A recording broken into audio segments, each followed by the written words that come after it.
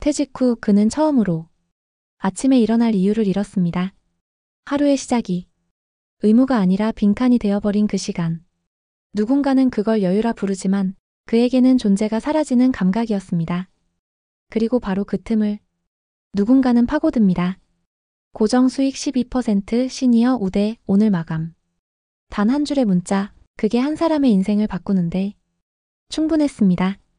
2번 클릭하시면 우리 곁에 평범한 퇴직자 상철의 삶이 어떻게 한순간에 무너졌는지 그 잔인한 현실 지금부터 시작합니다. 퇴직증을 서랍 안쪽에 밀어넣으며 상철은 잠시 손을 멈췄다. 얇은 종이 한 장이 이렇게 무겁게 느껴질 줄은 몰랐다. 가벼운 종이 끝이 손끝을 스쳤다. 그 감촉이 섬세하게 남았다. 마치 자신이 세상에서 밀려난다는 확인서 같았다. 아침이 와도 움직일 이유가 없었다. 햇빛은 유리창을 넘어 쏟아졌지만 그의 마음엔 먼지가 쌓여 있었다. 퇴직 후 반년이 지나고 있었다. 그의 하루는 버티는 법을 배우는 시간이었다. 이력서는 수십 통을 보냈지만 돌아온 건 단 한 통의 자동 회신뿐. 귀하의 경력은 훌륭하지만 저희가 찾는 인재상과는 다릅니다. 그 말 속엔 나이가 많다는 의미가 들어 있었다. 문장을 수십 번 읽으며 그는 자기 나이를 세어봤다. 그리고 손끝으로 머리숱을 만졌다. 조금 더 줄어든 머리카락이 이상하게 서글펐다. 저녁 식탁에서 다정히 물었다. 여보, 요즘은 왜 그렇게 말이 없어요? 그는 밥 한 숟갈을 떠올리다 말고 어색하게 웃었다. 괜찮아. 그냥 그러려니 하고 있어. 그의 목소리는 바람 빠진 풍선 같았다. 괜찮다는 말이 이제는 자동으로 나왔다. 하지만 그 속엔 괜찮지 않다는 절규가 숨어 있었다. 밤마다 그는 깨끗이 개어둔 셔츠를 바라봤다. 다림질 자국이 희미하게 남아 있었고 그 주름은 다시 펼쳐질 날이 올까 싶었다. 지혁은 요즘 집에 늦게 들어왔다. 문 여는 소리도 신발 벗는 소리도 조심스러웠다. 그 조심스러움이 오히려 이상철의 신경을 긁었다. 파혼 이후 집안 공기가 달라졌다. 예전엔 웃음이 섞이던 식탁에선 이제 숟가락 부딪히는 소리만 들렸다. 왔냐? 이상철이 건넨 인사는 늘 같았다. 짧고 차가웠다. 지혁은 고개만 끄덕였다. 네. 주무세요. 그 말 한마디가 벽처럼 느껴졌다. 지혁이 방에 들어간 뒤에도 그의 귀엔 상처로 남은 파혼 당시의 소문이 맴돌았다. 여자가 먼저 정리했다더라. 지역 쪽 집안이 문제라더라. 그 말들이 가시처럼 남아있었다. 그는 혼잣말처럼 중얼거렸다. 아버지가 평생 어떻게 살아왔는데 그 고생 물려주려고 한 게 아닌데. 담배를 피우진 않지만 그날 밤엔 괜히 성냥을 만지작거렸다. 불 대신 속이 타들어갔다. 서랍을 열었다. 그 안엔 봉투 하나. 지역 결혼자금. 몇 년 동안 아껴 모은 돈이었다. 그런데 지금 그 이름이 마치 실패의 낙인처럼 느껴졌다. 그는 봉투를 쥐고 한참을 바라보다가 작게 중얼거렸다. 저놈한테 이런 돈이 무슨 의미가 있나? 그러면서도 봉투를 버리진 못했다. 그건 미련이자 자존심이었다. 언젠간 정신 차리겠지. 그 말은 다짐이 아니라 기도였다. 그는 불 꺼진 거실에 앉아 텅 빈 컵을 두 손으로 감쌌다. 남자는 세상이 무너져도 다시 일어서야 하는 거야. 그 말은 아들에게 한 게 아니라 스스로를 향한 외침이었다. 하지만 그날 밤 그는 처음으로 자신이 늙었다는 걸 실감했다. 아들이 미워서 화가 난 게 아니라 이제 더 이상 그 아이를 일으켜 세워줄 힘이 없다는 것이 그를 괴롭히고 있었다. 어느 날 오후 휴대폰이 진동했다. 연 12% 확정 수익. 이게 시니어 뭐야? 우대. 오늘 마감. 짧은 문장이었다. 하지만 그 문장 속에 희망이라는 단어가 스며 있었다. 이게 뭐야? 그는 무심코 화면을 눌렀다. 그 클릭 소리가 이상하게 크게 들렸다. 처음엔 50만 원. 이 정도야 괜찮겠지. 그는 자신에게 속삭였다. 입금 완료 후 20분. 알림이 떴다. 입금 56만 원. 그는 숨을 멈췄다. 진짜 들어왔네. 눈앞이 밝아졌다. 몸속 어딘가에서 오래된 엔진이 다시 돌아가는 느낌. 이게 뭐라고 이렇게 가슴이 뛰냐. 그는 자신에게 웃었다. 며칠 뒤 금액은 200만 원으로 늘었다. 그리고 다시 수익금이 붙었다. 236만 원. 은행 잔액을 볼 때마다 그는 오래된 자신감을 다시 찾았다. 단체방에 메시지가 쏟아졌다. 와, 첫 거래 성공 축하드립니다. 금손 고객님이네요. 익명의 칭찬들이 쏟아질 때마다 그의 자존심은 조금씩 복원됐다. 그는 믿었다. 이건 투자가 아니라 되찾는 일이라고. 잃어버린 자존감을 되찾는 일이라고. 다음은 500만 원이었다. 입금. 580만 원으로 돌아왔다. 이제 시작이야. 그는 메모장에 써뒀다. 1년이면 1억 가능. 밤마다 계산기를 두드리며 곱셈이 아니라 꿈을 세고 있었다. 다정에게도 아이들에게도 놀라게 해주고 싶었다. 한 남자가 가진 마지막 허영심이었다. 3천만 원. 그의 마지막 저축. 아버지로서의 자존심. 그 돈을 송금하는 순간 손끝이 떨렸다. 하지만 손은 멈추지 않았다. 정산 시각 오후 2시. 그는 초를 세며 기다렸다. 1시 59분. 숨이 가빠졌다. 2시 정각. 화면엔 아무 변화도 없었다. 잠깐 아직인가? 1분, 2분, 5분. 단체방에 공지가 올라왔다. 시스템 오류 발생. 자금 임시 동결. 보증금 30% 추가 입금 시 즉시 복구. 그 문장을 읽으며 이상철은 무릎 위에 손을 바라봤다. 손등 위로 파란 핏줄이 솟았다. 이 손이 평생 가족을 지켜왔는데 이젠 그 가족을 무너뜨리고 있었다. 지금 멈추면 다 잃는다. 그는 속삭였다. 하지만 그건 이성이 아니라 공포의 목소리였다. 현금 서비스 400만 원. 적금 해지금 400만 원. 생활비 100만 원. 쥐어짜듯 모았다. 그는 송금 버튼을 눌렀다.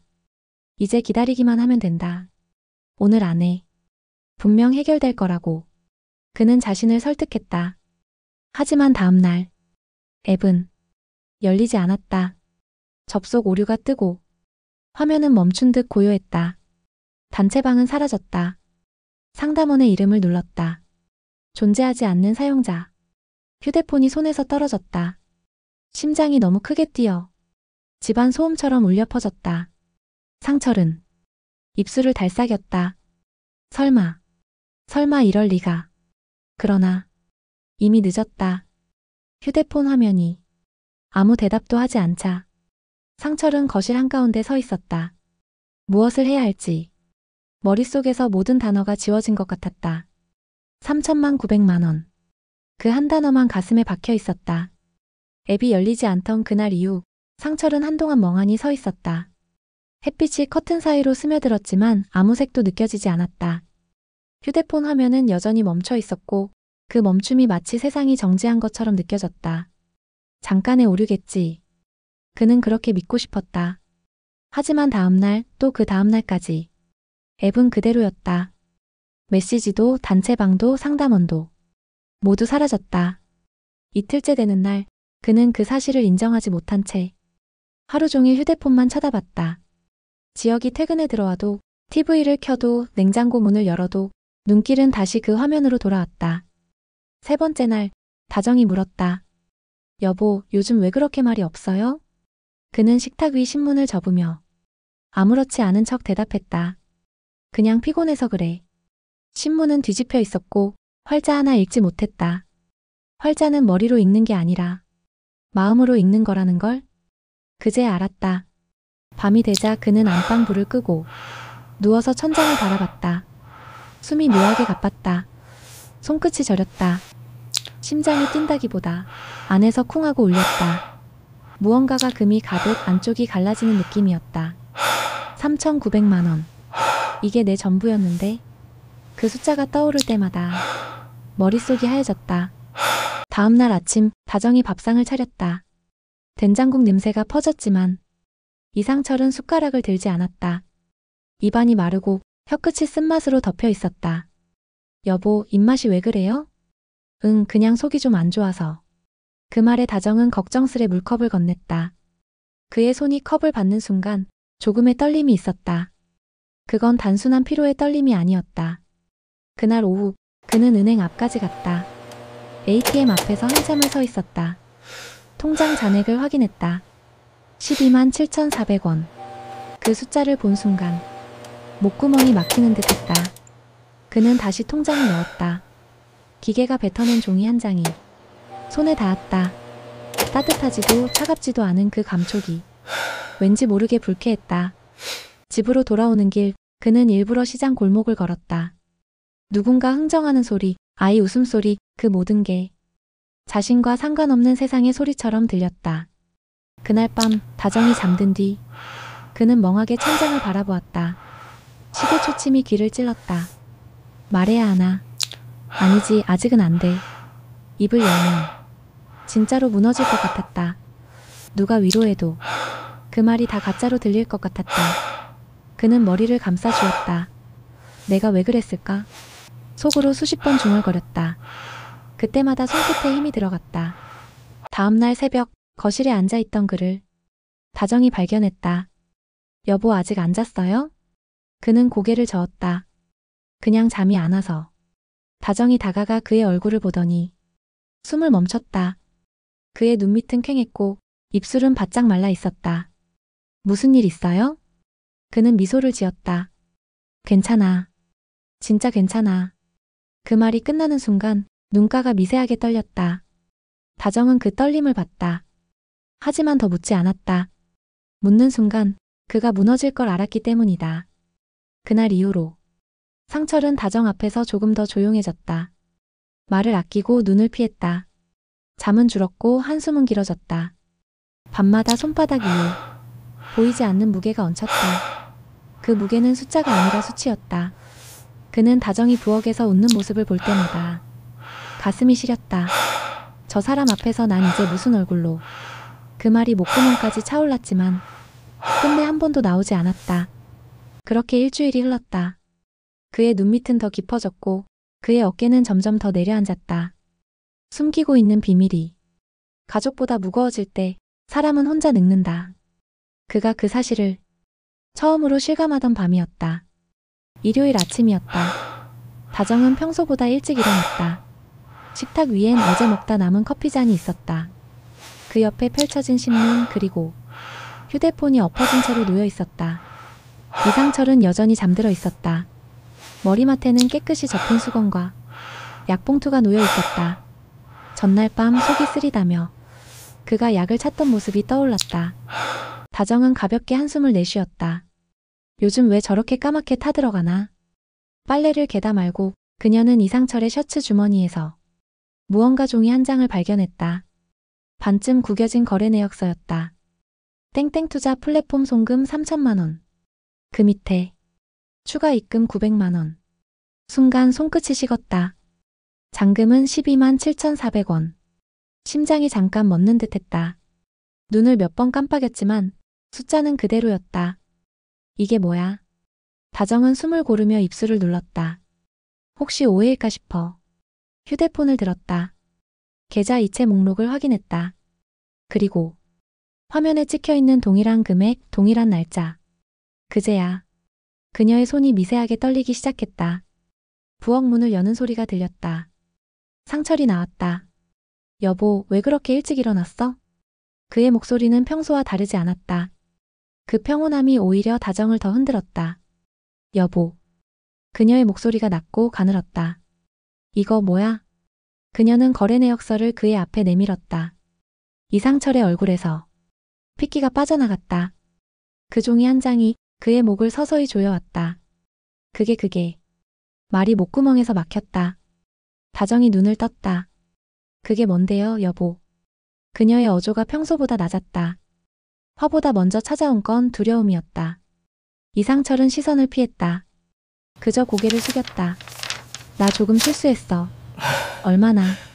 거의 4천만 원. 그 말이 떨어지는 순간 부엌 공기가 멎었다.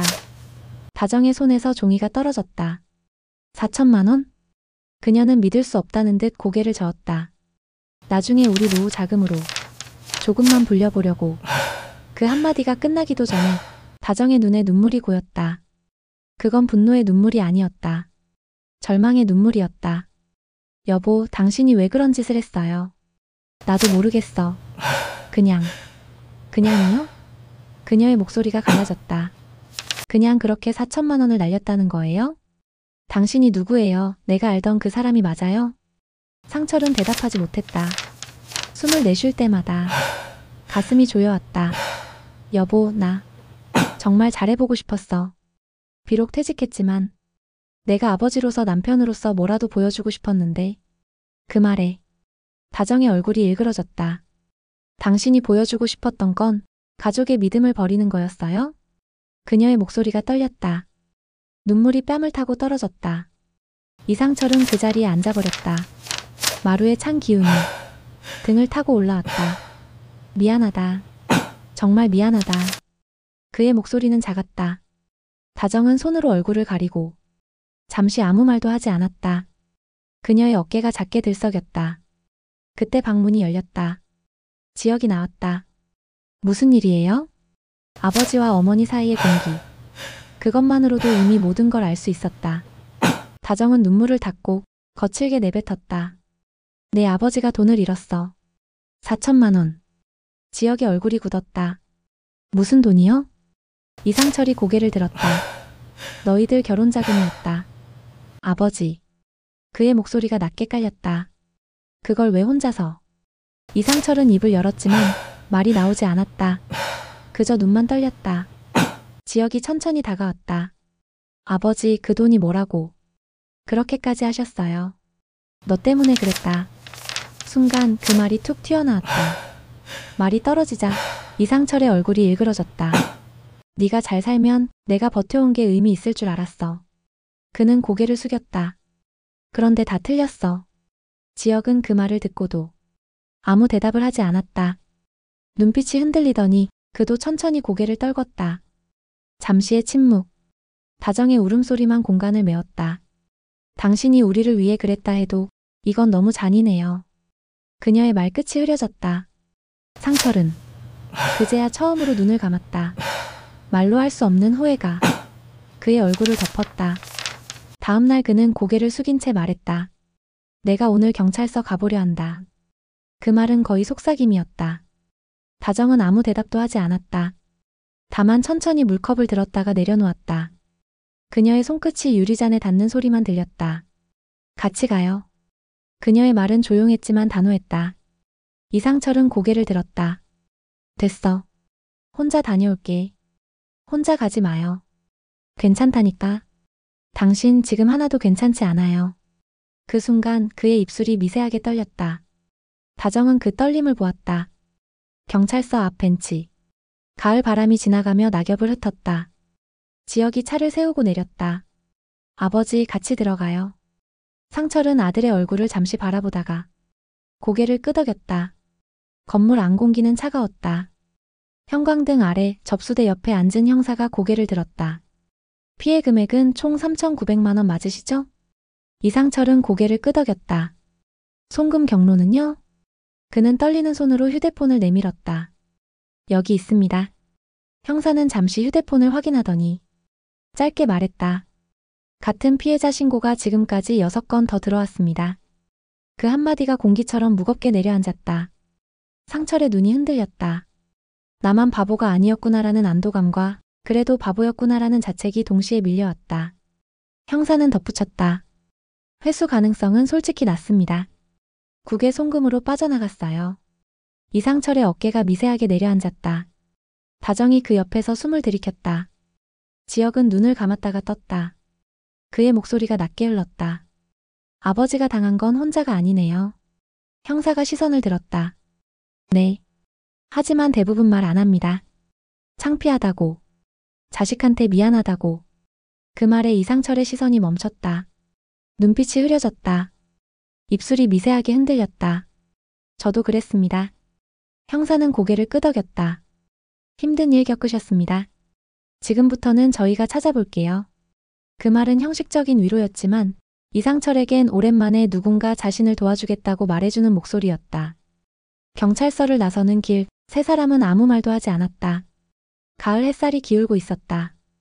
그 빛이 길게 그림자를 끌었다. 지혁이 먼저 입을 열었다. 아버지. 그의 목소리는 조심스러웠다. 이제 집에 가요. 이상철은 그 말을 듣고 잠시 멈췄다.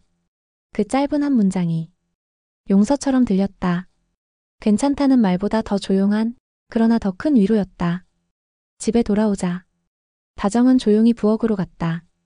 냉장고 문을 열고 남은 반찬을 꺼내 식탁에 올렸다. 먹어요. 밥은 먹고 살아야죠. 상철은 의자에 앉았다.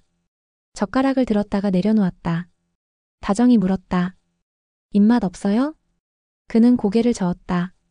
아니 그냥 맛이 기억이 안 나. 그 말에 다정이 젓가락을 내려놓았다.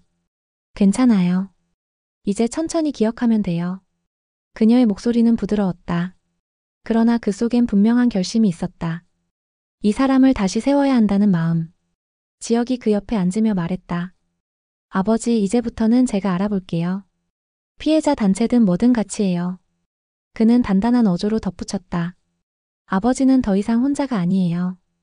이상철의 손이 젓가락 위에서 멈췄다. 그 말이 그동안 붙들고 있던 수치심을 서서히 녹여내렸다. 그는 고개를 숙였다. 눈앞이 흐릿했다. 고맙다. 짧은 두 글자였지만 그 안엔 지난 일주일의 고통이 모두 담겨 있었다. 밤이 깊어졌다. 거실엔 불빛이 희미했다.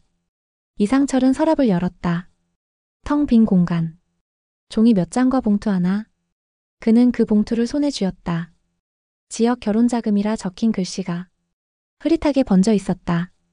한참을 바라보다 그는 천천히 봉투를 찢었다. 손끝에서 바스락거리는 소리. 그 소리가 마치 오래된 껍질이 벗겨지는 듯했다. 다정이 다가왔다. 여보. 그녀의 목소리가 조용히 울렸다. 이제 그만 놓아요. 그는 고개를 끄덕였다. 그래. 이제 사람으로 다시 시작해야지. 그의 목소리는 약했지만 오랜만에 그 안에 온기가 있었다. 그는 처음으로 미소를 지었다. 짧고 조용한 미소였지만 분명 다시 살아있는 사람의 얼굴이었다. 퇴직 후에도 누군가의 아버지는 여전히 가장의 책임감으로 살고 있습니다. 가족에게 짐이 되고 싶지 않다. 한 번쯤은 나도 인정받고 싶다. 그 마음이 누군가에게는 돈 냄새 나는 표적이 됩니다. 상철의 이야기는 결국 특별한 사건이 아닙니다. 오늘도 누군가의 아버지가 조용히 같은 문자를 받고 있을지도 모릅니다. 과연 우리는 그들에게 괜찮다, 이제 그만 쉬어도 된다. 이 한마디를 건넬 준비가 되어 있을까요? 여러분은 어떻게 생각하시나요? 잊지 마세요. 당신의 한마디가 누군가의 마지막 선택을 막을 수 있습니다. 지금까지 망상드라마 연구소의 퇴직당한 상철의 안타까운 이야기였습니다. 구독과 좋아요는 다음 이야기를 이어갈 큰 힘이 됩니다.